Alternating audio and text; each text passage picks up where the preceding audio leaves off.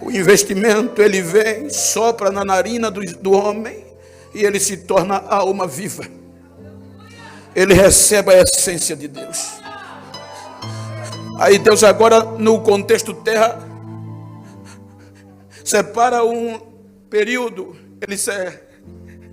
como é bom te ver, e coloca algo chamado jardim. Ele cria um jardim.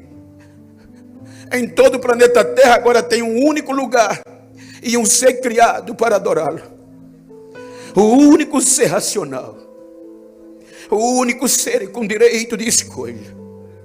Agora havia um relacionamento entre o céu e a terra.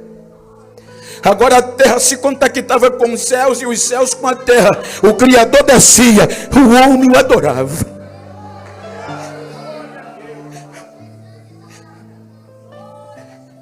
Gera uma intimidade, a ponto de Deus confiar-lhe tudo e dizer: todos os seres que eu disse já tem uma companheira, mas ele não tem, vou dar uma companheira a ele. Então era só lazer, era só festa. Aí vem Lúcifer e faz uma proposta que igualmente eu havia derrubado, que era o princípio de igualdade. Então agora ele lança a proposta. E Deus, como lhe deu o direito de livre escolha, não intervém e deixa o homem se posicionar.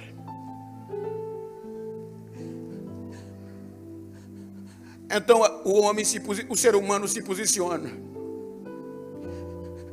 e dá ouvido a Lúcifer e quebra a única regra que Deus lhe deu. O limite: não coma da árvore do conhecimento do bem e do mal, porque no dia que comer você morrerá. Essa morte não é física, é a separação espiritual. Então a Bíblia diz que quando ele se posiciona ao lado do pecado, do erro, desobediência, ele quebra a regra e comete um crime, um delito. Então quando Deus vem para ser adorado, o único lugar na terra que eu posso chamar de igreja, ou Éden, estava fechado. Aberto, mas estava sem crente. O posicionamento dele foi errado e jogou-lo fora do jardim. Aí Deus questiona e ele confessa. Quando ele confessa, ele agora se tornou, no contexto que Paulo está falando aos romanos juridicamente, se torna um réu, confesso e convicto, sem direito à apelação. Aí aqui Paulo diz que o pecado entra. O pecado abunda. E pelo pecado vem a morte. Então Deus pune todas as partes envolvidas. Agora veja o que Deus faz. Pelo contexto bíblico, pelo contexto da santidade, a Bíblia diz que o pecado fez uma separação, criou uma barreira entre Deus e o homem, afastou o homem de Deus pelo seu próprio posicionamento. E a consequência do pecado era a morte.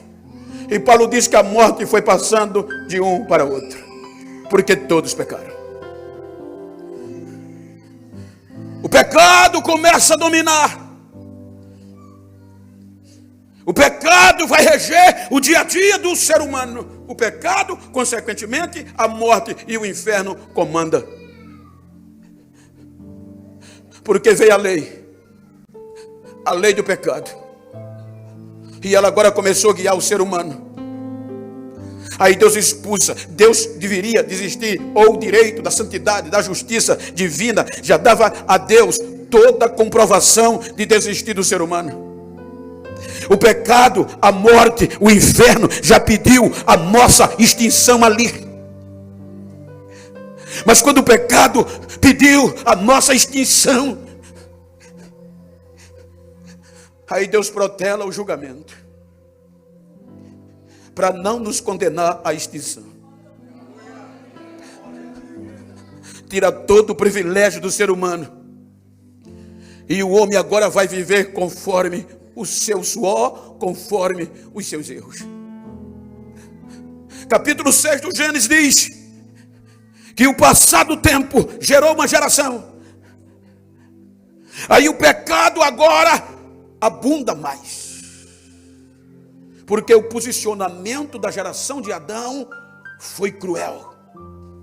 A Bíblia diz no capítulo 6 que agora, em vez de se posicionar para se restaurar, se posicionaram para degradar-se no pecado, a ponto que o pecado subiu o mau cheiro e cheirava mal as narinas de Deus. Aí o pecado, a morte e o inferno diz: está vendo? Está aqui as provas. Eu domino. Eles não têm como escapar. Aí Deus vem, desce, está escrito, vê, e as provas eram comprobatórias, contundentes, e diz: está certo. O posicionamento do ser humano é para destruição. Eu me arrependo de haver feito eles.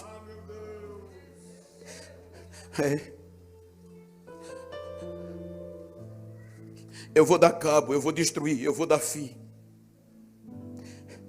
Veja que está escrito. Deus disse: o meu espírito. Aquele espírito que no começo ligava o homem a Deus e Deus o homem. Deus disse: não vai habitar com ele. Eu tirarei dele o meu espírito e vou destruí-lo. Então naquela audiência, quando o pecado, a morte, o inferno disse: conseguimos. Veja que a epígrafe do capítulo 6 diz: degradação geral do gênero humano. Ou seja, todos foram envolvidos pelo pecado. O posicionamento de todos foi pelo pecado e ninguém merecia. Quando o inferno pensava que Deus ia desistir de nós,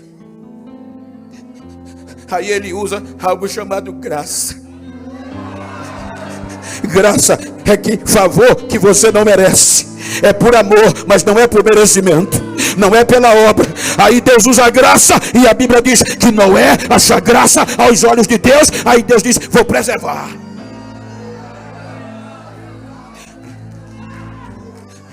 Ele preserva